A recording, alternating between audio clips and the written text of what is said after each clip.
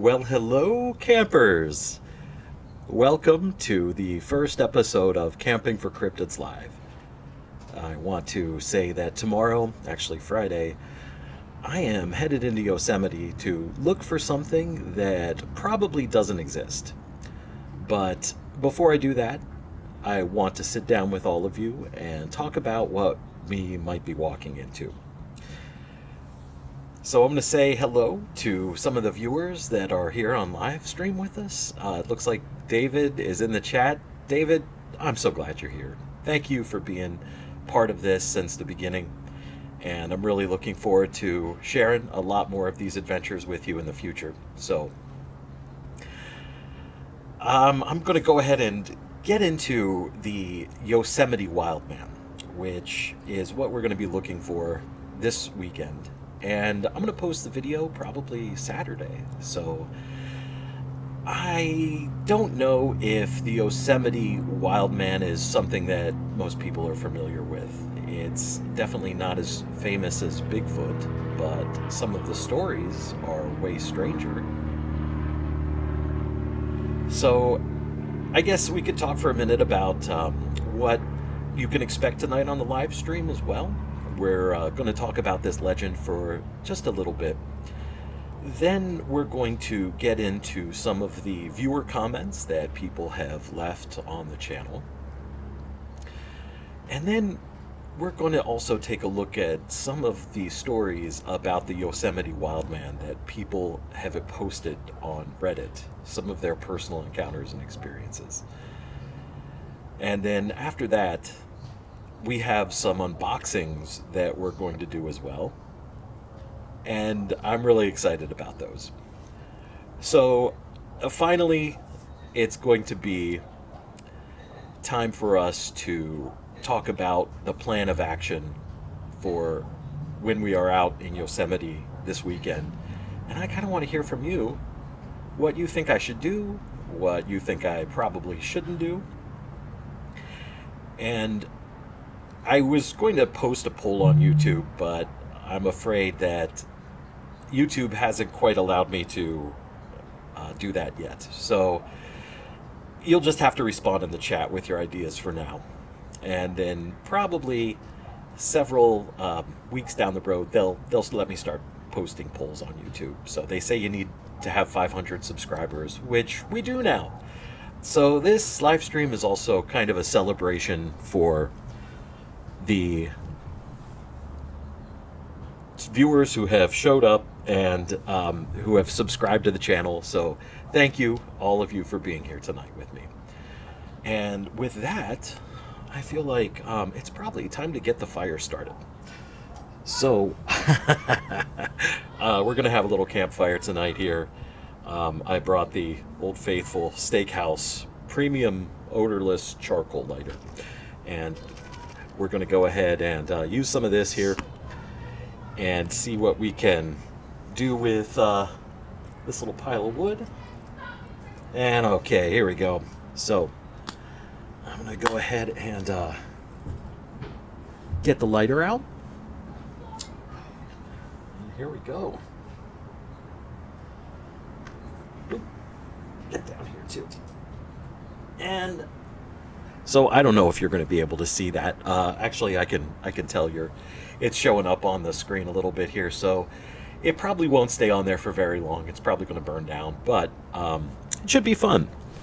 So I've got my citronella. Sorry, I've got my thermocell is what it is. I've got my thermocell here, keeping the mosquitoes away. So if you see one of these giant blood-sucking insects stuck to the side of my head, feel free to make a mention in chat, like David and Taylor are doing right now. What Taylor says, David says, loving the Camping for Cryptids mug in the image. Hopefully we can get a camping mug like that. I know one certain viewer who would definitely agree with you on that. So I'm still trying to get those set up, but I've got to find a source for them first. Next, David said, loving the camping for... Oh, sorry, I read that one already. The man, the myth, the cryptid. Hello, Brandon. Hello, David. I'm so glad you're here. And Taylor said, what a treat seeing you in real time. Absolutely. What a treat being able to be here with you and having a chance to spend some time talking about the investigation that we're going on this weekend. And I feel like we're going on these investigations together. So thank you all for being a part of this and being along for the ride. So, yes, nothing like a good campfire in the neighborhood. Yeah, I don't know that it's kind of probably frowned upon to have a campfire out in the neighborhood, but this is pretty close to being out in the neighborhood, yet still somewhat on the property line here. So I'm going to try once again to get this fire started. I'm not using my patented lint log to get it going, but I'm going to use maybe a little bit more fuel again, and hopefully that'll do the trick.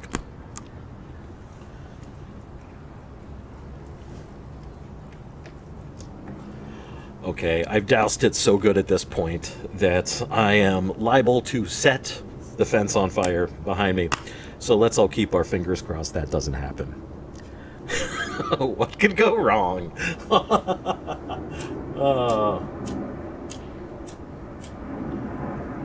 We'll see. I'm guessing lots of things.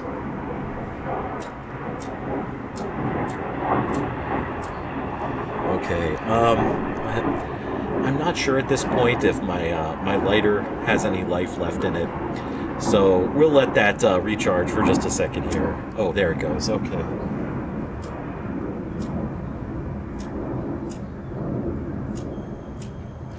Oh, this is terrible. I'm gonna have to create a little fire block here or a little wind block here for it.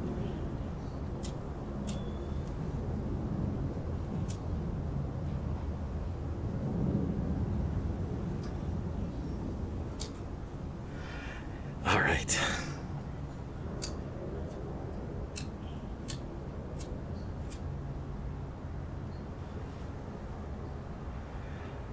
We'll try it one more time.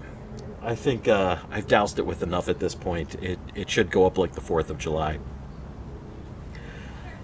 So, yes, it is getting a little windy and a little chilly out here. So let's start with talking about what the Yosemite Wildman is. There have been sightings across the Sierra foothills. Not far from Yosemite, people have reported seeing shadows of human-like figures moving through the trees, usually just for a few seconds before they're gone. Some campers describe hearing something moving just beyond the edge of their camp, close enough to track, but never close enough to see clearly. And a lot of people don't report seeing anything at all. They just report the feeling of something watching them.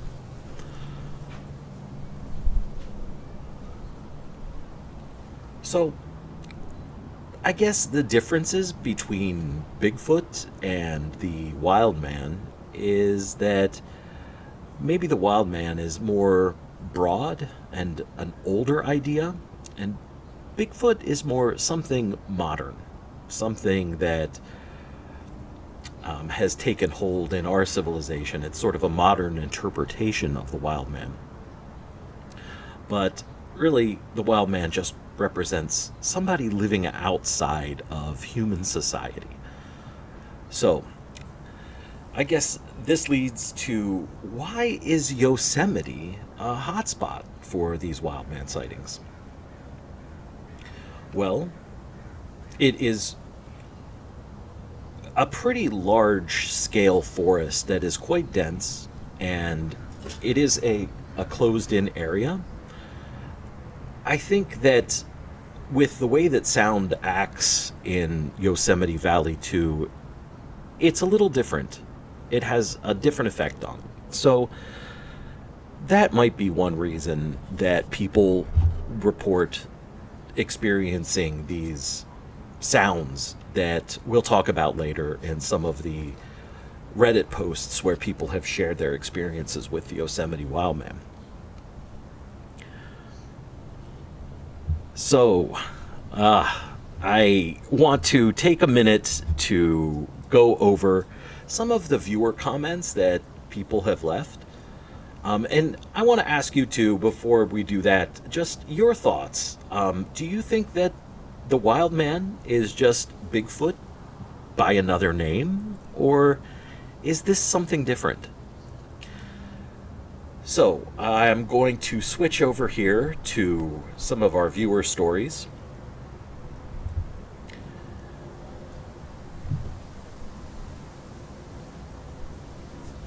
And some of you have reported things and shared stories on this channel that I genuinely think about for a long time after seeing them. So why don't we get into some of these at this point?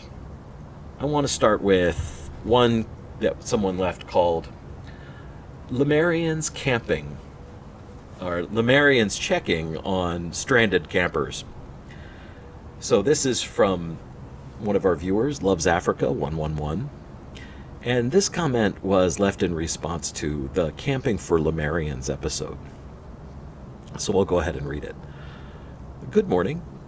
As soon as I saw the title to your video, I knew I had to share what happened to us on Mount Shasta. I shared it with the In-Between a few years back, but here's what I shared. And yes, the Lemurians are there, and you don't have to go farther than your car to have contact. Smiling but true. Well, here goes my crazy Mount Shasta story. First of all, I thought the Lemurian stories were total BS and truly ridiculous, especially the inner city part, especially after hiking it way back in the 90s. That is until 2017, when my now husband, who had just arrived from Zimbabwe, where he is from, and I were camping in March in our car. It was pouring rain when we arrived in a two-wheel drive car that we crazily maneuvered up this muddy single-lane dirt road and parked in the trees on the other side of the mountain. It was raining too hard to put up a tent, so we had to sleep sitting up in our front seats, and I had put my handgun on the dash just in case someone tried to break in. At approximately 2 a.m., I woke up to find my husband huddled in prayer and mumbling something over and over.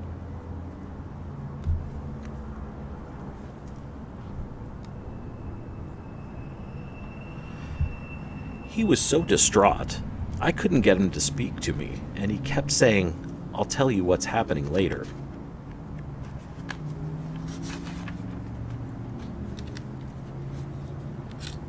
Or, "I'll tell you what's happening in the morning." Of course, at first light, I asked him again what happened last night, and this is what he told me. Now, remember, we're surrounded by tall trees on all sides. He said, "I woke up to see a really bright white light coming into the windshield, and suddenly, out of nowhere, two men appeared wearing on either side of the car. They were wearing shiny suits of some kind. The guy next to me tapped on the window and asked me if we were okay, except his lips were not moving. I could hear him in my head.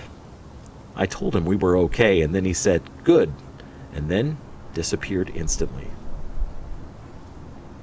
At that, I started to laugh, opened the window, and out in the sky, I thanked the Lemurians for checking in on us, now that I know they really existed. As we were leaving, there was this magnificent rainbow over the mountain that I feel was truly a gift from them. So there you go. Totally amazing to know there is so much out there we don't know about. Well, this story is exactly the type of stories that people share about coming into contact with the Lemurians on Mount Shasta. And this was something that I've never personally had happen to me in the days that I've camped on Mount Shasta. However, I tend to keep an open mind. I like to remain grounded as much as I can, as best as I can, and think about there definitely is, as I've said, more under heaven and earth than is dreamt of in our wildest imaginations. So could be. All right, I'm going to get back to the comments here for a second. David says, my first thought when you say wild man is the wild men from Lord of the Rings. Probably no correlation, though. I just love those movies. And the wild men that Sauron commands. Who knows? Maybe, Tolkien was onto something there. So, and then David also says, after what you've said about Bigfoot, maybe the wild man is Bigfoot, or maybe a Bigfoot variant, which is extremely plausible.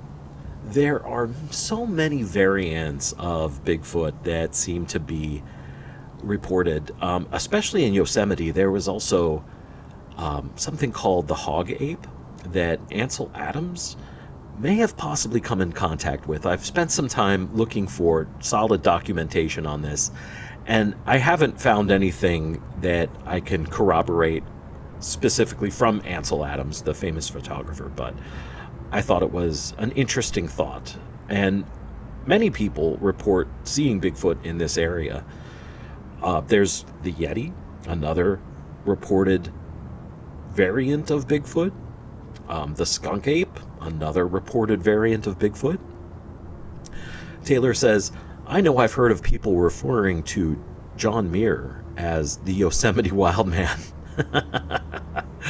Oh, yes. Maybe it's a coincidence, or maybe it's him in cryptid form.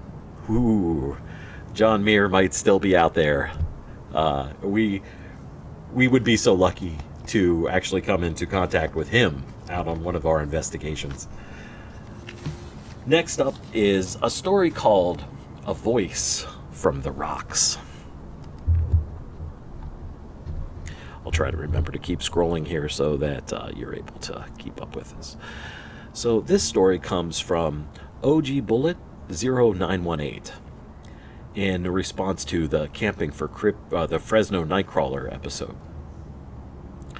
He says, you should go visit Lost Lake at night near Friant, California. Over in the night campgrounds, there's an old shelter made of rock and cement right near the river. I was fishing one evening and sun started to set over the hills, cutting the light down on the river. I had a few more casts to make when I heard a voice or noise. Where it came from is what freaked me out, because there was no one at the campsite near where I was fishing, and it didn't sound like anything or anyone. To make sense, all the hairs stood up tall, and that was my sign to pack it up and get on out of where I was. Since then, I don't like staying alone past dusk. You get a sense of not really being alone. Well, this place sounded like a fascinating spot for an investigation. It's definitely something that I would like to go and look at for myself in the future. So Yosemite is very close to Friant, so I don't know if I'll be able to make it on this trip, but that's honestly the kind of stories that people say all the time about this Yosemite Wildman.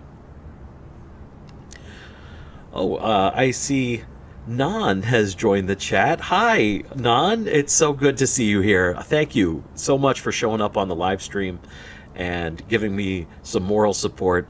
I'm so glad you've made it here to the old campsite tonight. Speaking of which, this fire is really having a hard time staying lit. So I'm going to pause to try this one more time, and I'm feeling a little self-conscious about my campfire making skills at this point. I keep saying I'm putting on way more than enough lighter fluid, but oops, I'm squirting it on the fence now. That's going to go well. All right, there's so much here so much lighter fluid on this fire. I don't know if it's a good idea to light it up right away, so I might just give it a second here. This next story is, oops, I keep forgetting to scroll down. Who's knocking on the trees? Hold on for 1 second. I'm gonna shut the mic off.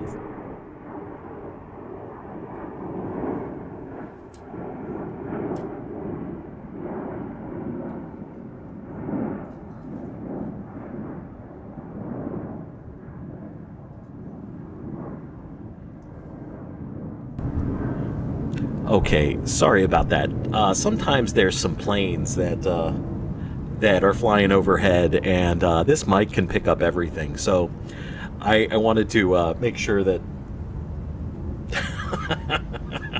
Boy, if I can not light this fence on fire tonight, that would be just. I would be so happy to not burn the place down on my first live stream. So.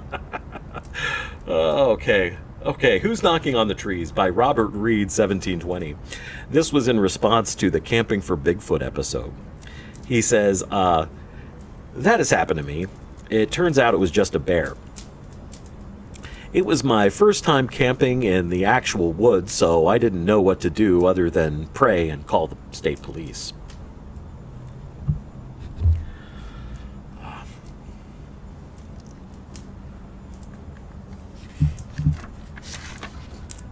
He said, now I know better and have since had more bear encounters that I've handled correctly without calling the police. Now, my Bigfoot story. Maybe. We were staying at a friend's cabin in the woods. My wife woke me up at 4 a.m. one morning because there was a loud crashing yip ape sounds. Crashing and yip ape sounds. I'm guessing that's the yip. Growls and knocking.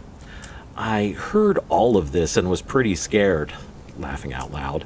So we went back to the cabin and waited since it was about 4:20. The footsteps were bipedal and the sounds were legit. Bears don't knock on trees like that. Everything else I can explain away, kind of laughing out loud, but the knocking was timed and completely sentient, not an accident. He says, these old stories are great, and honestly, there are way too many to be fake or misidentification. Whatever the big fella is, I don't know. But there's something out there, no doubt. Keep up the good work, and I hope there isn't a bunch of typos. Nah, great job. Thank you so much for sharing this story with us, because the knocking is what has time and time again been reported by people camping in the wilderness. And those timed knocks are certainly part of ways that Bigfoot investigators use to use a communication method to really find out whether or not whatever it is that is out there is intelligent. And from what I've heard, Bigfoot is extremely intelligent. So, David says it's going now. Absolutely. It really is going now. So I'm going to keep throwing some firewood on here as the night progresses, and I'm going to try to keep it going. And hopefully the fire department won't show up to give me a little no thank you. Taylor says, is that a thermocell in the background? Do you feel like it works well? Yes, it is a thermocell in the background, and it works extremely well, surprisingly well, actually. I used it in the Stumpy Meadows campground area, and I was really excited to not have mosquitoes eating me alive while I was making dinner out there. Now, it didn't keep the moths away, but even out here, it does a wonderful job. They are pretty intense around this time of night, so I'm really glad to have this thermocell. It does go through the coils of, I guess, citronella that it uses pretty quick. So it's like a liquid-based citronella, and it does tend to eat through them. So if you take one out with you, make sure you have a battery to maybe like a charger to power it up after it goes dead, and then also bring a few extra coils as well so that you can replenish it when it goes out. All right, I'm going to go ahead and add a little more wood on here.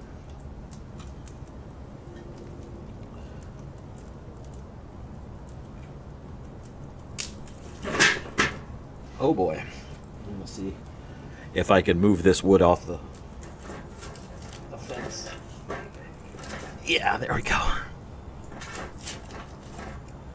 Ah, nice and toasty.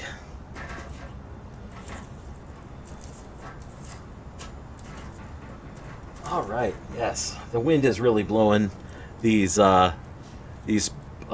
cinders all over the place right now. So I'm just going to sit back and enjoy the nice comfort of this fire while I read the next story from a viewer, which I call, the 10,000 foot view. And again, this was in response to the Camping for Lemurians episode. I'm going to move this just a little bit here, if I can. There we go. Okay. This is from Drive-Through Poet, and he says, at least I think it could be she. They say, I took a flight into Seattle that had to key for landing, and they got down pretty low and swung around Mount Shasta. I felt a real presence from it. And in retrospect, it's odd how a commercial airline made that detour. I'd love to visit. I've read a lot about Lemurians, but not that they are connected to Shasta. I've had some experiences in meditation and dreams that match the descriptions of them, meeting light beings as my guides and also swimming in a violet light. Maybe there's water under there. Absolutely, there is water under Mount Shasta. In fact, a lot of the, I believe, the mountain spring water bottles that you buy at the store, if you look on the back of them, they will actually show that they are bottled in Shasta. A lot of them are bottled in the town of Weed, California, which is right outside of Mount Shasta. And they definitely have some of the best tasting spring water, in my opinion, my humble opinion. While I camped at Horse Camp before, there was times where I didn't bring enough water, of course, and I had to drink from that mountain spring that is up there. And one of the funniest things was how scared people were when they came up to drink straight from the spring. And I had been drinking from it for weeks at that point, and it's just funny how we've kind of gotten to the place where drinking water from a bottle seems so natural to us, and drinking water from a mountain stream is scary. So I've also had times where I have drank water from streams before and got extremely sick, so that happens as well. And you really should boil or filter your water if at all possible, especially if you're camping and getting it from a stream or river, a source that you don't know exactly where it's coming from. So, UFOs over Fresno is our next story, and it's by a subscriber, C-No to Astronaut. So he's responding to the Camping for the Fresno Nightcrawler video, saying, been in Fresno my whole life, and the real mystery here is what you see in the sky when you're up in the mountains. Stationary, hovering objects with red lights that will just hang out for 20 minutes, then start moving away and disappear. And this is in the middle of the night, camping at about 10,000 foot elevation. So, I know that my personal experience when I was at when I was at the lake near Fresno. I'm gonna mute the mic for just a second while this plane goes.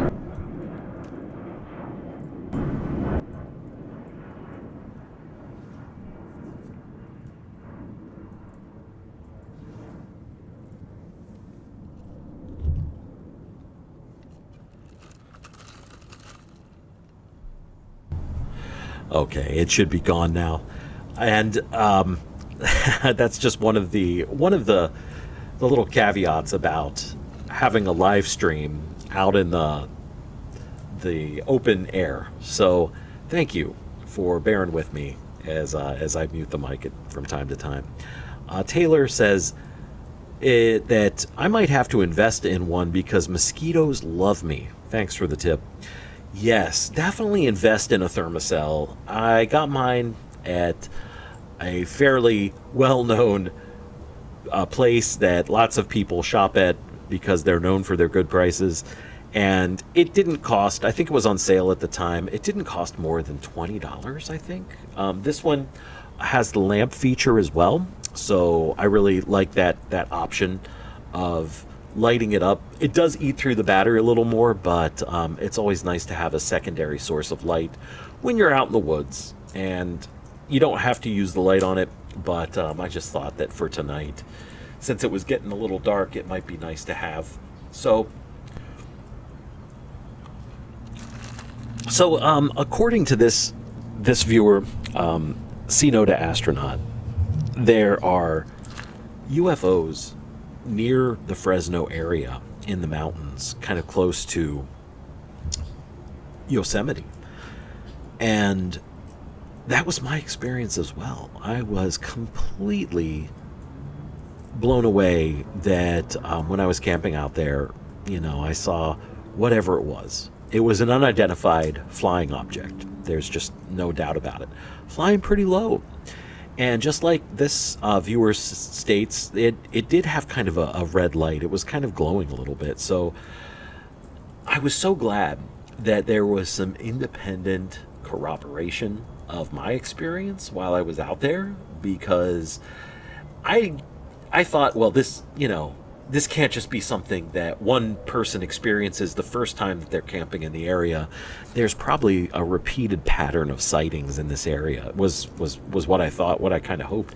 So when I saw this comment come in, I was like, yes, this is another person who knows that it did happen. All right. Our next story is the last one. And it comes from a viewer in response to our Camping for Bigfoot episode. And this story is titled, I'm calling it, I See Big People. So our viewer says, from the very beginning, I'm seeing movement and they're shaped like bipedal creatures. My brain functions differently than most people, and I've been able to see these beings even when they're cloaked. And I think that this is a very interesting comment because there are certainly reports of Bigfoot being able to not be detected, not be seen by people when they are out in the forest. So I don't know, but it could be that Bigfoot has a way of disguising himself. I don't know if it's something that is possible through some sort of mental manipulation. I don't know if it's something that's technological. I certainly would like to know more about Bigfoot being able to go invisible or cloaking.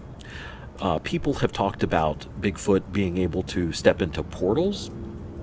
Again, Bigfoot goes back to the very earliest human stories ever told.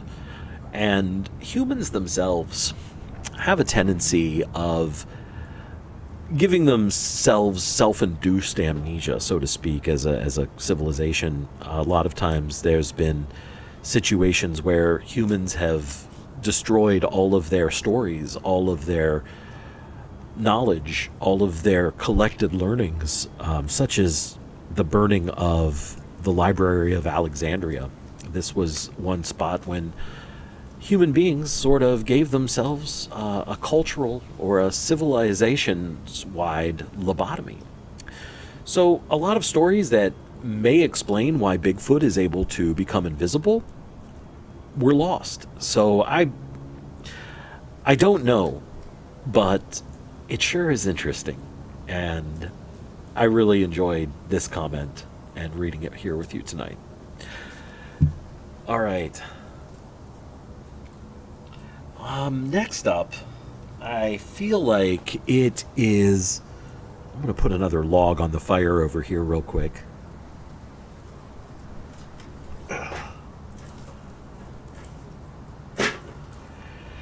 And then, let's see.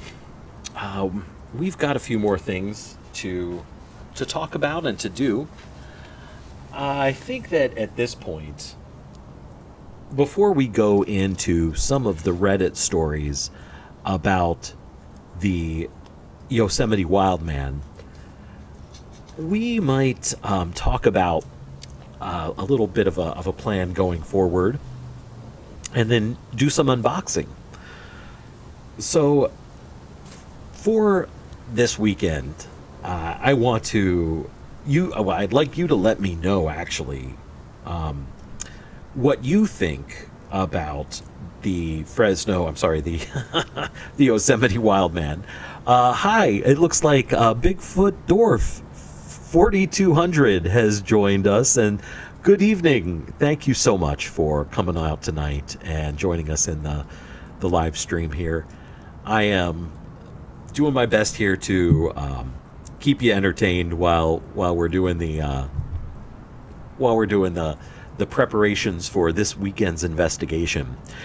And I wanted to tell you that these next two investigations are kind of going to wrap up this season of Camping for Cryptids.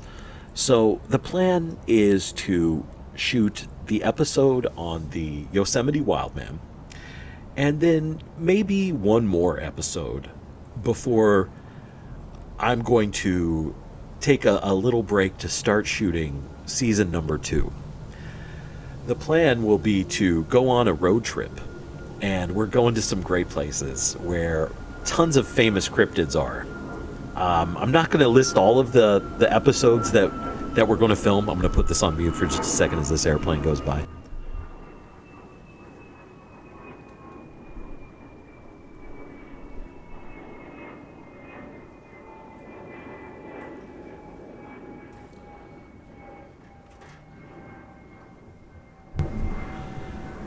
All right. Let's see. Oh, we've got a. It looks like we've had a super like here from Mia V 8712. Mia V, thank you so much for joining us here tonight and being a part of our live stream, and thank you for the super like. The question is, have you ever thought about starting a podcast or voice acting? You have the voice for audiobooks and the charisma for podcasting. Why, thank you.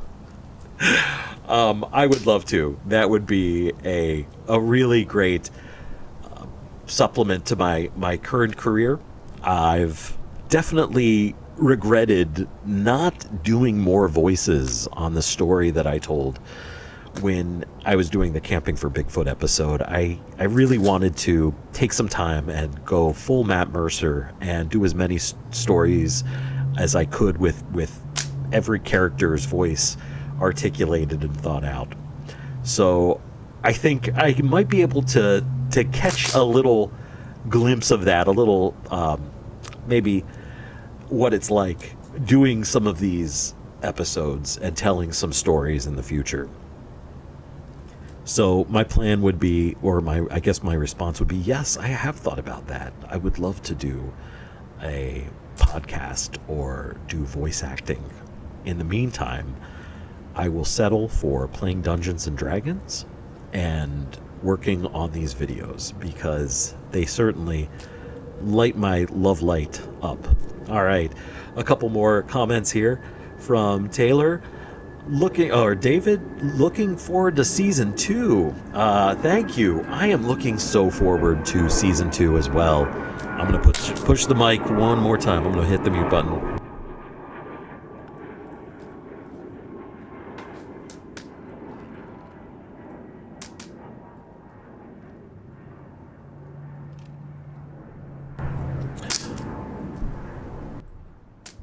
Okay, season 2 is going to be something special.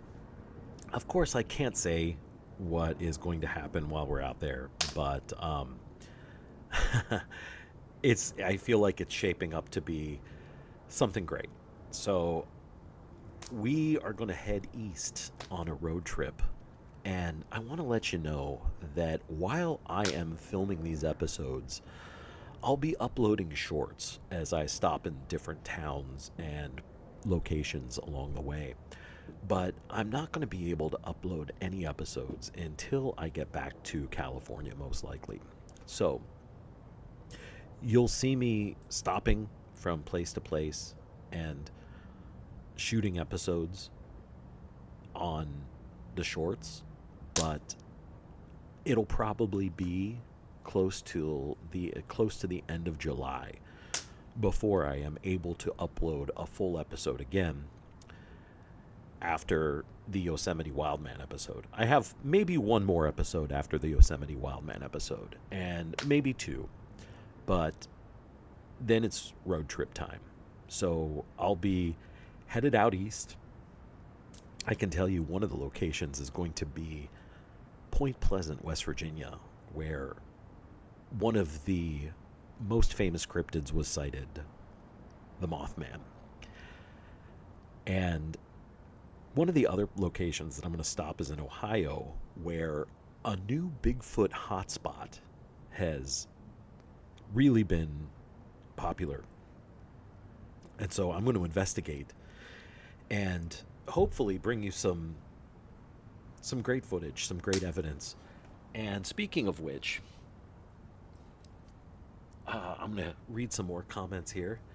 It looks like Bigfoot Door 420 says, on the National Park website, you can check out the Yosemite giant mummy and baby. Yes, that was a very interesting story.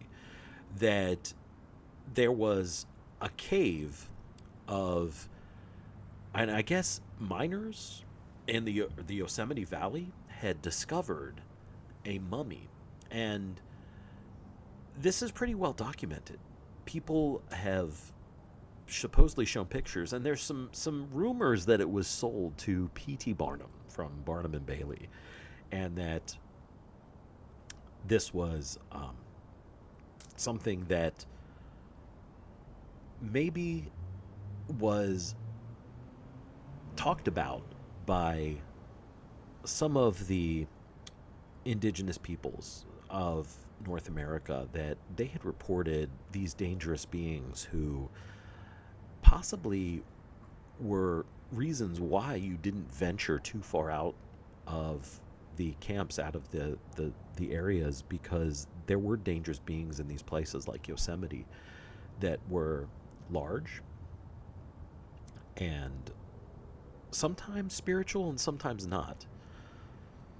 So we will talk about this more in the upcoming episodes. So thank you for bringing that up, Bigfoot Dwarf 4200, because that is absolutely something that I did see and was very interested in. And also, I'd love to have you on my channel for a live chat like this. Thank you. That would be something that maybe once the road trip is done, that we could talk about and plan. And bring canned beans for Mothman. All right. I'd love to hear more about why that is a necessity. So, but without further ado, I'm going to add another log here.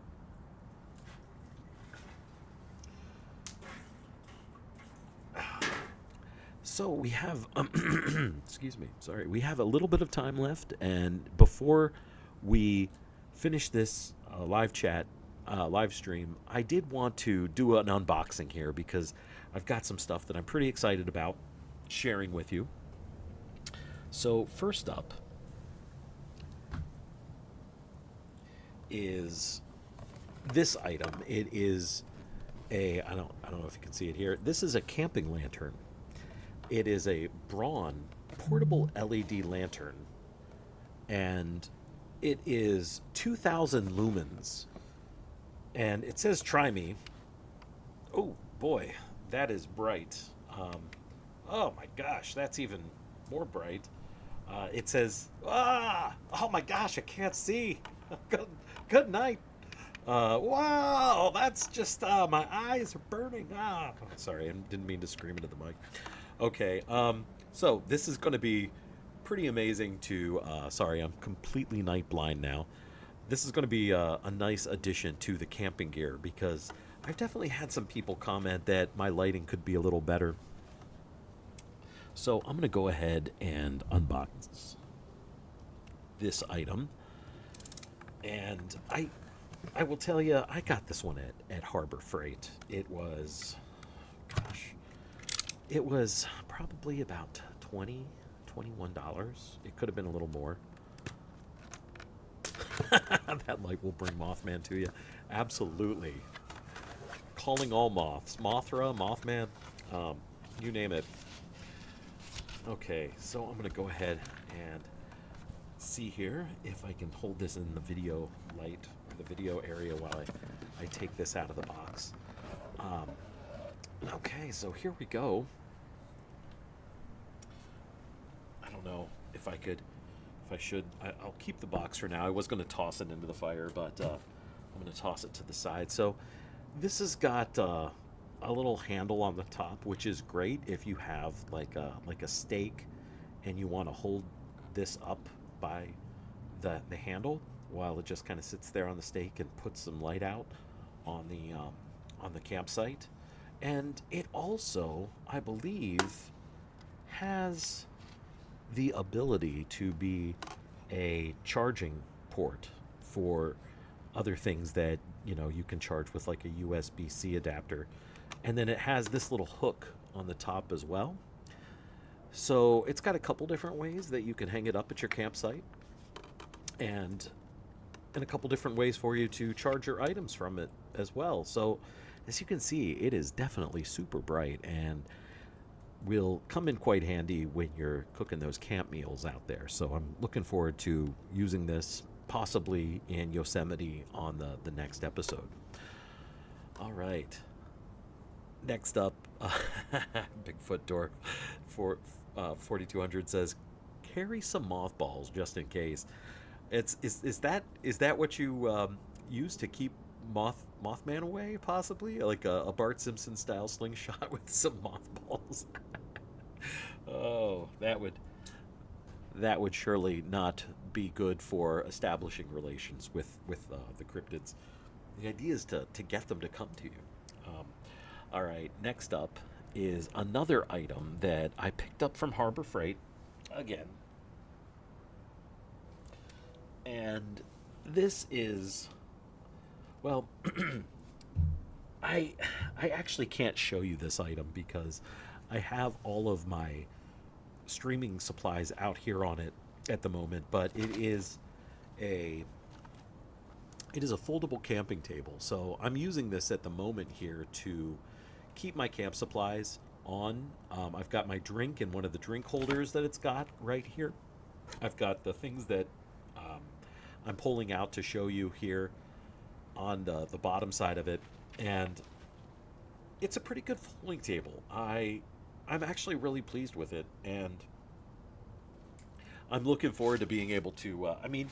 It's not ultralight. It's not something that you can really pack up and put in your travel gear that you're packing if you're going on a hike, but you can definitely swing it over your shoulder and take it with you if you're car camping. And it's nice if you're doing some dispersed camping to have a table. So a big table can take up a lot of room in your vehicle, but a table this size that folds right up, you can slide it right into the side of your car, right in the trunk, and you'll have something to cut up food on or to sit and hold your plate while you're trying to eat. So I think that it was probably about $24 at Harbor Freight. Not a bad deal. Yeah, absolutely some great finds at Harbor Freight here. Let's see. I think it looks like the The Wi-Fi might be getting a little dicey, but I'm gonna keep going. The next item is, just stay with me here because we've got some good ones. I've got some things I'm really looking forward to sharing with you here. So I think I've got two more. The next up is another light, a bronze floodlight, and this has 6,000 lumens.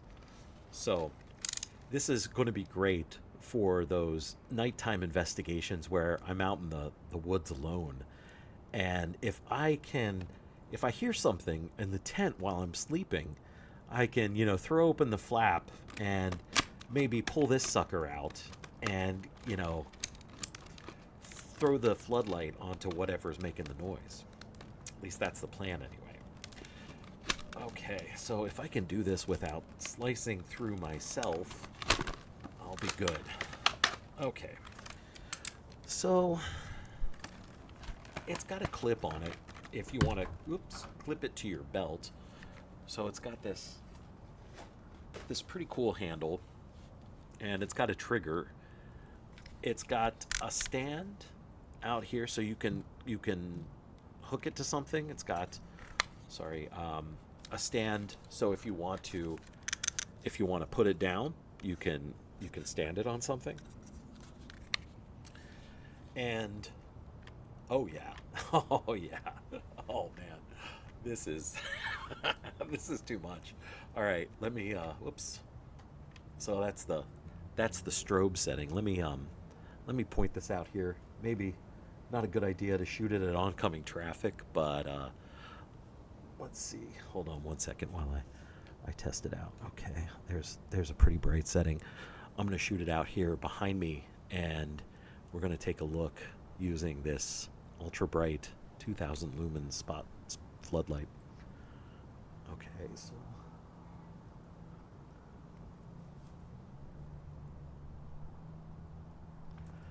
pretty nice.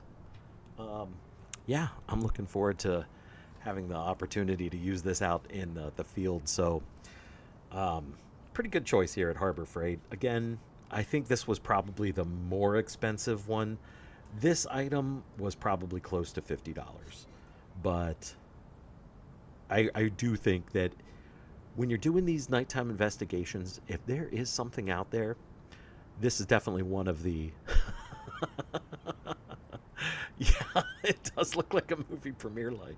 Definitely going to blind Bigfoot. Yeah, get him. Okay, let's see. That late night Bigfoot knocking was stressful. Looking forward to seeing what you do with that new light. Yes. Thank you. I'm looking forward to it as well. So, yeah, we've got some fun gear, and don't go anywhere because I've got two more to show you here. The next one. The next piece is, again, another Harbor Freight find. I keep saying the name, but maybe you never know. So this is a camouflage tarp, and I'm going to take this with me when I go on the road trip, because I'm really hoping that when I get out to like Point Pleasant and a few of the other spots, that I will be able to maybe do some stealth camping where you actually see where the cryptids have actually been spotted. And I know that, a campground is always preferable. It's more comfortable. You have a place to take a shower and use the restroom. But there's going to be a few times where I think stealth camping is going to be the way to go. So, in those options, having a camouflage tarp to kind of throw over the tent site, and also having something to keep you out of the rain, because here in California, there's not a lot of rain in the summertime, in the summer months. In the winter, yeah, but in the summer, not so much. So, I think that it'll be nice to be able to throw a tarp up really quick when it starts to get a little dicey and the weather turns bad. So that's the plan anyway, that I'll have something to make shelter out of along the road.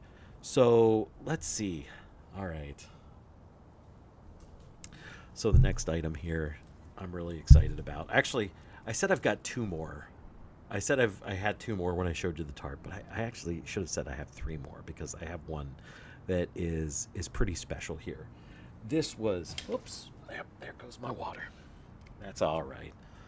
No big loss. I have this one that was given to the channel by a viewer, by a subscriber, and I wanted to share this with you.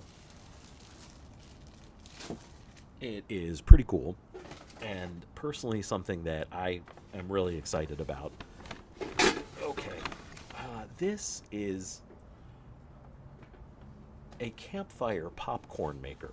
So the way that it works is you put the kernels inside of this box, this black box, and you put the handle on as an attachment and screw this on, and then you put it over your campfire with some kernels in it and some cooking oil, and it's like a reusable Jiffy Pop, which that is, I feel like, one of the quintessential camping experiences is cooking popcorn over a campfire. So almost every camp store when I was growing up had one of these aluminum foil Jiffy Pop bags that you would buy, but this is one that you can use over and over again. So it's got some steam vents in the top so that the steam can come out and it doesn't make your popcorn all soggy. So I was going to ask you if you wanted me to make us some popcorn here tonight, but we're getting pretty we're getting pretty close to the end of our stream time, which might not be enough for us to make popcorn. Yes. Oh, I love it. Bigfoot Dwarf 4200 says Harbor Freight bungee cords. Absolutely, I am so a fan of their bungee cords, and I'm really sorry that I didn't pick some up when I was there last time.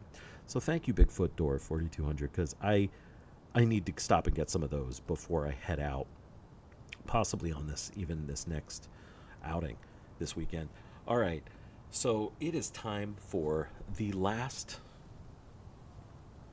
gear unboxing. And this one, I think you're going to be... This one's pretty cool. I think you're going to be pretty impressed by this, I hope. And I'm really really thankful for that super like, because after picking this up off of eBay, I've got to admit my pocket got a little hurt. Talking about Mothman, I think when I open my wallet, Mothman's going to fly out of it, because this though is going to be, I think, a game changer for our channel and for your experience as well. This is a thermal monocular. So, I'll hold it back here a little bit. A thermal monocular that it has the ability to record video on it as well. It's got like a memory card. I'm gonna pause the mic.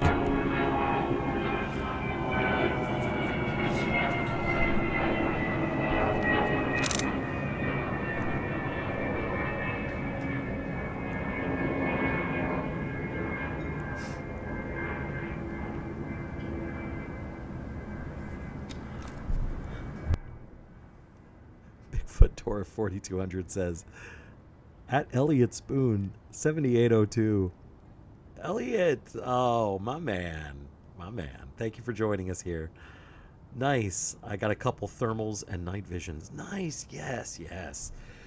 These, I think, are pretty cool. I have never used one before. So I thought, you're going to be out there in the night and looking for Bigfoot, and you hear something, and I feel like I've seen a lot of good evidence that people have posted using these thermal cameras.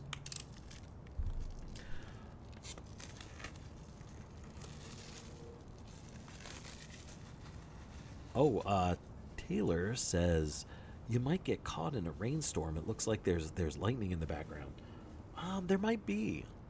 That's very possible. There could be heat lightning tonight in the area. Um, I don't know. It's been cloudy, so yeah, there's a good chance we could have some lightning. All right, I'm gonna open this up here. Oops. Let's see, where's the top? I guess so. The top just kind of pulls up, pulls off, and inside. Oops, if I can get it. Ta na na na. Look at that. Wow. Okay. Big time here. Big time Bigfoot investigator material equipment. Okay. So I guess you push the button. Here's what it looks like. And I've heard that it takes a second or two for it to warm up, so we'll go ahead and, I don't know, press the power button here. And I'm going to try it out if there's any battery juice in it. Which oh man. It doesn't look like it came charged. Oh, I spoke too soon. Looky. The green light turned on. Okay, so I guess it's going to take a couple seconds for it to charge up here. And Elliot says, that item is as poppin' as this stream. Oh, yes, it is. I cannot wait for some poppin' corn here. Um, okay, so let me see if it's ready to go. Okay. Oh my gosh, this is so cool. Um, I need to set the language really quickly, which I have no idea how to do. I guess. Yeah, well, it's on English, so I think I just need to hit the button. Um, yep, that worked. Okay, I'm gonna hold it up. Oh boy. Pause the mic.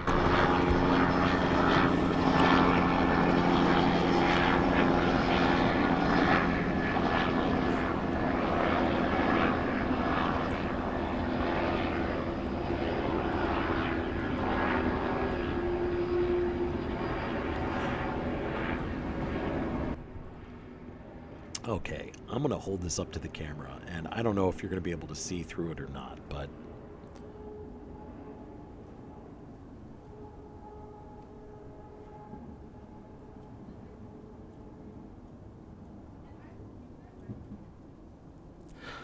that's kind of what we got. There's a few different modes. So one of them is like, I think, white hot. Okay, and then this is the more recognized thermal mode that it's on right now. So you might be able to see if I hold it up. So you actually unmuted the mic. Oh gosh. Um. Oh no. I'm still working my best at it. Okay, good. The choppers and airplane sounds cool. I don't mind at all. All right, thank you. Cause I just felt like I don't wanna burst anyone's eardrums with the sounds of urban Sacramento. So yeah, I'm gonna turn this off for now, and I'm gonna charge it up, and I think we will have a new item to shoot with on our investigations, because this thing records video that can be uploaded and integrated into the videos, and then it also has like a connection, I think, to the phone as well, so that we can see what's going on in real time. Okay. Well, I wanted to quickly share before I know we're running out of time. I wanted to quickly share the stories about the Yosemite Wildman. So strange encounters that people have shared from Yosemite over the years. And thank you for having the look at this new gear, though. I really had a fun time doing these unboxings with you tonight and checking out this new stuff. It felt really cool to have you here joining me as I got a chance to open up the new things that you're going to see on the videos going forward. So I'm going to see how many of these I can put into place as we are shooting these next videos in Yosemite. And then maybe when, of course, I'll get like one more video in before we go on the road trip. And I will definitely take these with me as I head out east for our Camping for Cryptids Season 2. So, we've got, let's see. It looks like Limrickets. I hope I'm saying that right. Hello, I love your videos. I'm from California and I recently moved to Arkansas. The Appalachian also have pretty good stories. Maybe you'll come out this way someday. Absolutely. I am planning on heading out to Appalachia this summer. So I am going east looking for cryptids along the way, and that's going to be season 2 of Camping for Cryptids. So I'm really excited. So thank you for being here. I really appreciate the support tonight. It's nice not to feel like I'm just performing to an empty audience. All right, let's have a look at some more camping stories. I'm not going to mute the mic this time. We're just going to hear the plane going overhead.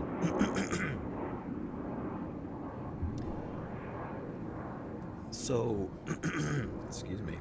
Cold Inside 6828, the Redditor, posted about 10 years ago. We were staying overnight at the Backpackers Campground at Tuolumne Meadows. Was awakened at 3 a.m. by the most blood-curdling scream I have ever heard. No idea what or who it was. And that would be horrifying to experience. And it is something that people report a lot of times is just blood-curdling screams in the middle of the night. And so this is sort of a commonality between Bigfoot and the Wildman sightings is that these screams, and I don't know if they're meant to scare people away,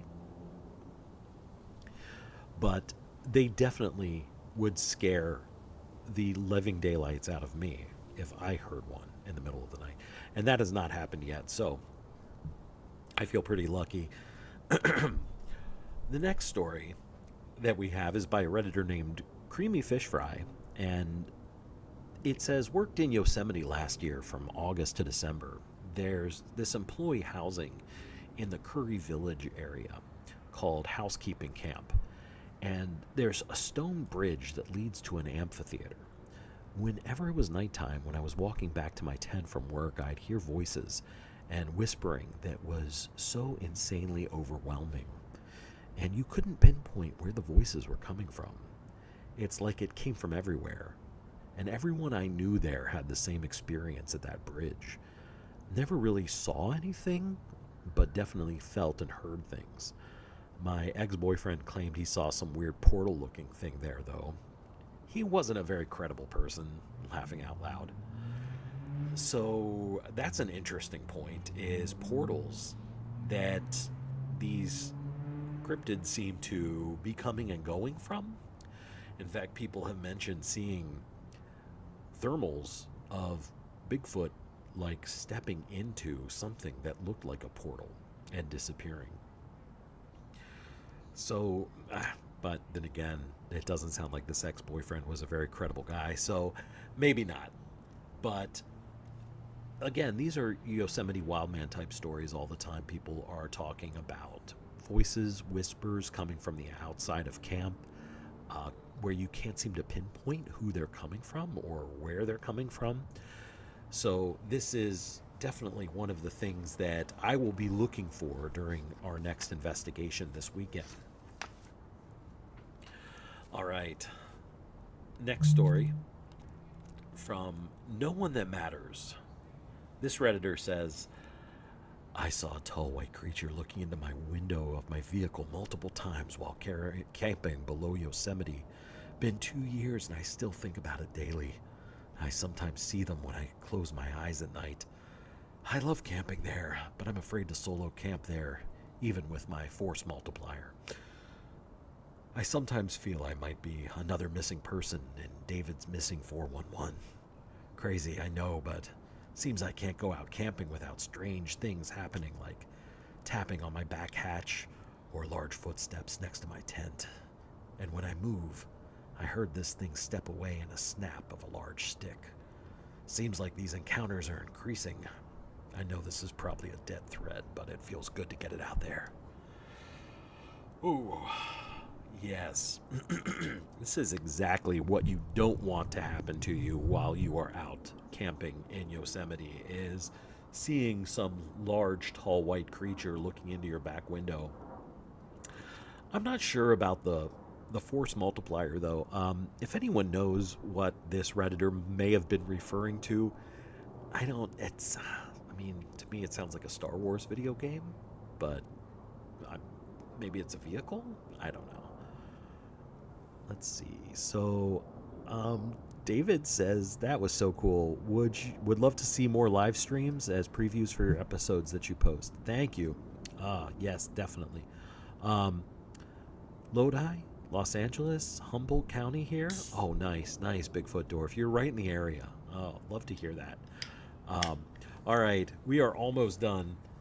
I have one more story to share here, and then we're going to wrap it up. I'm going over my time already, but thank you so much, everybody, for staying with me on this Camping for Cryptids live stream tonight. So, this is from a Redditor known as TS Southwest, and the story says, in the heavy forest between Hogden Meadows and Crane Flat, I saw a rotund creature. In 2010, I took a group to the valley after spending a few days hiking Half Dome and Yosemite Falls. The days before the insane lottery were awesome. And Yosemite Falls, and we went back to our camp at Hodgdon Meadows. We fell asleep pretty early. The final day, we decided to explore the dark forest nearby.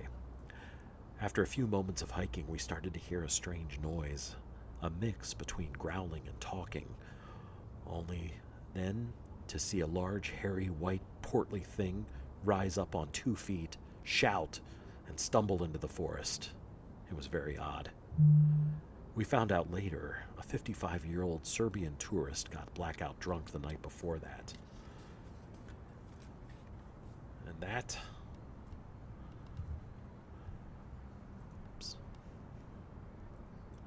creature was actually just a hungover naked man named Alexander. Well, that makes me think at this point that the wild man could be a human at any point. In fact, thinking about the previous Redditor story where they came into contact with a white creature tapping on the back of their window makes me wonder now if it wasn't actually just Alexander having a terrible, horrible, no good, very bad day. All right. Well, that is the end of our Reddit stories for tonight. And so I'm going to go ahead and say that I really appreciate everybody being here. And I want to ask, is there anything that I should do or maybe I shouldn't do as I go out to visit Yosemite this weekend? I was going to ask on a post, on a poll, do you think I should leave a food offering out? My mom has told me that she thinks Bigfoots really appreciate M&Ms, and that so maybe a Yosemite Wildman might really like M&Ms as well. So is that a good idea? Is that a bad idea? Is that how we get bears? Maybe let me know in the comments if you would. And then I think that it's going to be a great episode. Like I said, I have no idea what's going to happen, but I really am looking forward to sharing it with you and bringing you along on these adventures. So, thank you, Elliot. I really appreciate you. Are very kind. Thank you so much for sending that.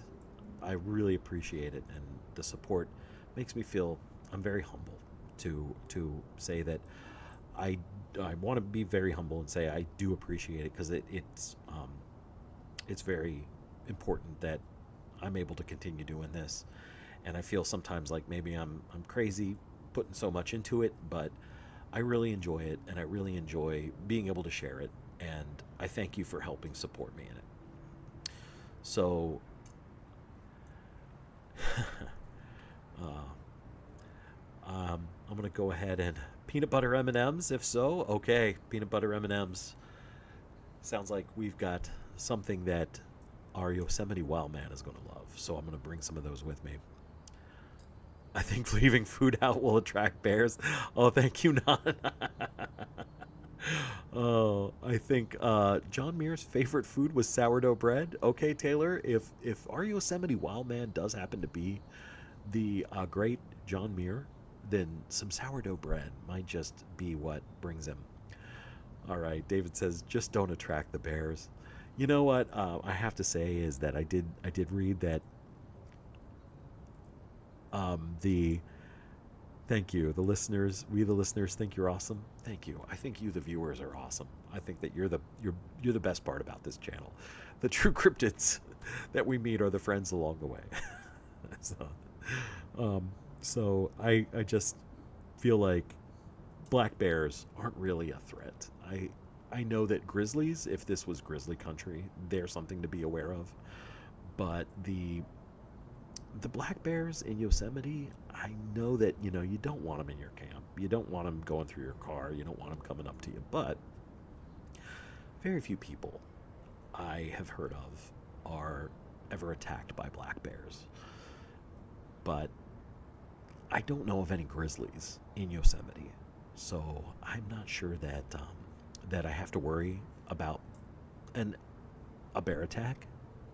And I also know that bear spray is actually supposed to be not allowed in Yosemite anymore. So I'm not going to be too concerned about bear attacks. But I do agree it's not a good idea to attract them. It's not a good idea to give them human food, and definitely don't want to incur any fines while I'm there, or the ire of any park rangers. Elliot, thank you so much. Thank you. I appreciate you so much. You do so much for me. And the hosting this has been a wonderful experience. So I'm not nearly as nervous about hosting another live stream. So last question of the night. Bigfoot Door 4200 says there was an attack in SoCal recently. Okay, all right, that's good to know. So maybe they're not as rare as I thought they were. And David says, I know someone that hit a bear with their car in Yosemite. They are definitely out and about. Yes, and we don't want to do that. I breaks my heart when I see people have hit them. And so as I think about it, they are such a natural part of the cycle of predators, prey, the food web, that when we lose bears, that's a very vital part of that food web that we can't afford to lose. So yeah, I don't like seeing them on the side of the road like that. And thank you for bringing that up too, that there have been attacks, because I definitely want to be safe. I definitely want to put safety first. So I know that it's part of the experience of going out there is to be a little scared, but also you want to see more videos, hopefully. So I'm gonna do my best to keep it safe. All right, last question. Should I continue doing these live streams? Should I do another one in the future? I will maybe. Do you think it should be something that I try to do weekly, or should I try to maybe do one before and maybe one after videos are released? I feel like this one was a fantastic time for me personally.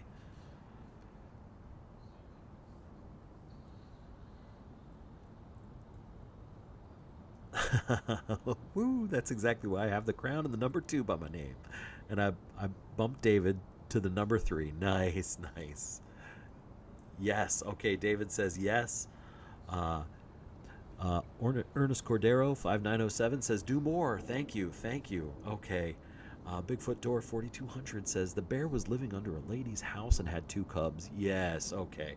It swiped the back of her leg and then it was unthinked. Bummer. Okay. All right. Yeah.